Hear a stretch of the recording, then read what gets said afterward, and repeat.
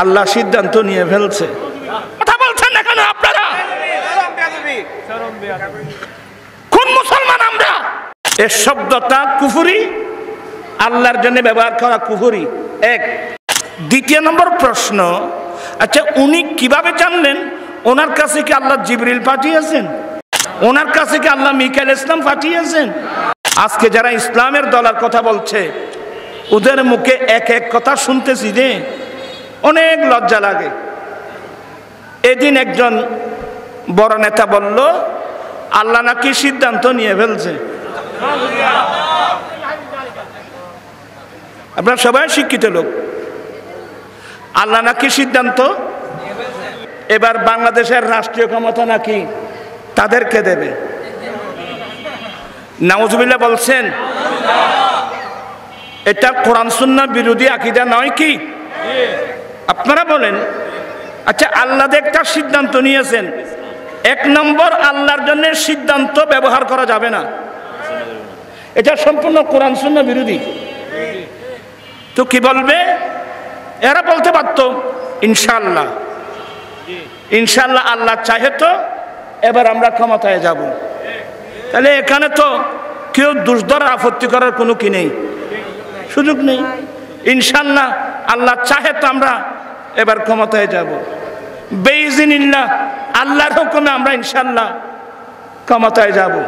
তাহলে এই ধরনের কথার মধ্যে তো কোনো কারো দ্বিমত থাকার কথা না। যেমন ঈসা আলাইহিস সালাম বলছেন ইন্নী আনা উহইল মাউতা বিইজনিল্লাহ, আমি ঈসা আল্লাহর হুকুমে মৃত মানুষ কি করি? জীবিত করি। তাহলে আমরা তো যে কোনো কাজ করতে ইনশাআল্লাহ, আল্লাহ চাহে তো আমরা করতে পারবো, আল্লাহ না চাইলে আমরা কেউ কিছু করতে পারবো? তাহলে এই ধরনের বললে তো কোনো আপত্তি নেই। কিন্তু সে বলল যে আল্লাহ সিদ্ধান্ত নিয়ে ফেলছে, এর শব্দটা কুফরি, আল্লাহর জন্য ব্যবহার করা কুফরি। এক। দ্বিতীয় নম্বর প্রশ্ন, আচ্ছা উনি কিভাবে জানলেন? ওনার কাছে কি আল্লাহ জিবরিল পাঠিয়েছেন? ওনার কাছে কি আল্লাহ মিকাইল ইসলাম পাঠিয়েছেন? তা আল্লাহর সিদ্ধান্ত কি উনি জানলেন কিভাবে? এরাই ওরা যারা নবীর গায়েবী আলমকে শিরিকের ফতোয়া দিয়েছে। তো এই ধরনের কথার দ্বারা আমার ছোটবেলা থেকে আমার অভ্যাস, কাউকে তুচ্ছ তাচ্ছিল্য করে এটা আমার অভ্যাস না। আমার অভ্যাস হলো আমি আপ্রাণ চেষ্টা করব বোঝানোর জন্যে। ওনার নসিব বালা থাকলে হেদায়েত পাবে, নসিব বালা না থাকলে আমি তো আর কাউকে মেরে ধরে তো আমি হেদায়েত করতে পারবো না। আমার ওয়াজটা হচ্ছে সম্পূর্ণ হেদায়েতমূলক। আমরা কোন সময় কোন শব্দটা ব্যবহার করব এগুলো আমাদেরকে জানতে হবে, ঠিক কিনা ভাইরা আমার? এ ধরনের কথার দ্বারা আজকে বাংলাদেশের মধ্যে মুসলমানের মধ্যে একটা বিভ্রান্তি সৃষ্টি হয়ে গেছে। আমরা কেন খামোখা এমন শব্দ কেন বলবো যে শব্দের দ্বারা মুসলমানের মধ্যে বিভ্রান্তি সৃষ্টি হয়? আমি দুই হাত করে জোরে করে বলবো আপনার এই সমস্ত শব্দ ব্যবহার করবেন না। আল্লাহ পাক সবাইকে কোরআন সুন্নাহ বুঝার, কোরআন সুন্নাহ মোতাবেক চলার আল্লাহ সবাইকে সে তৌফিক দান করুক। একজন বড় মহতম, অনেক বড় মাপের মহতম সাহেব কি লেখছে জানেন? নবীর জন্য যদি গায়েবী আলম মানা হয়, সবার মনোযোগ আছে? নবীর জন্য যদি গায়েবী আলম মানা হয়, জিজ্ঞাসার বিষয় এটা দরিয়াফতে তলবে আমার জিজ্ঞাসার বিষয় এটা যে কিছু কিছু গায়েব না সব গায়েব? সবার মনোযোগ।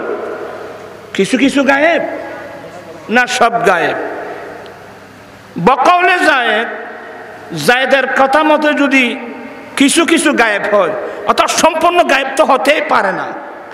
যদি কিছু কিছু গায়েব হয়, इसमें हजरत सल्लल्लाहु अलैहि वसल्लम का क्या तखसीस है? এখানে আমার নবীর কি বিশেষত্ব? এ ধরনের গায়েব তো জায়েদও জানে, বকরও জানে, খালেদও জানে, পাগলও জানে, এমনকি চতুষ্পদ জন্তুরাও জানে। এটা নবীর শানের চরম বেয়াদবি নয় কি? কথা বলছেন না কেন আপনারা? কোন মুসলমান নবীর গায়েব আলমকে এ ধরনের গায়েব জায়দও জানে, বকরও জানে, খালাদও জানে, পাগলও জানে, চতুষ্পদ যন্ত্রও জানে। এই কথাটা যিনি লিখ তার ইমান ক্যান্সেল। এটা মানলেও ইমান চলে যাবে। কেন? একদিক দিয়ে নবীর শানের উপর আঘাত, অপর দিক দিয়ে ডাইরেক্ট আল্লাহর কোরআন বিরোধী। কারণ আল্লাহ কোরআনে বলছেন যে আল্লাহর গায়বী আলম প্রকাশ করা কার কাছে? নবীদের কাছে। এ জায়েদ, বকর, খালেদ, পাগল, ছাগল, চতুষ্পদ জন্তু, এদের কাছে আল্লাহ গায়বী আলম দান করে। কোরআন শরীফে কোনো দলিল আছে? তাহলে তো আপনার এই কথাগুলো ডাইরেক্ট কোরআন বিরোধী, হাদিস বিরোধী, ইমান ক্যান্সেল। গাজী শেরবাংলা রহমতুল্লাহ আলাইহি জাতির ইমান রক্ষার জন্য আজীবনে কথাগুলো বুঝিয়েছেন।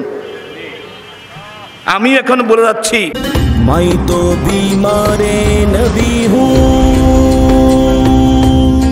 MBN TV একটি ইসলামিক ইউটিউব চ্যানেল।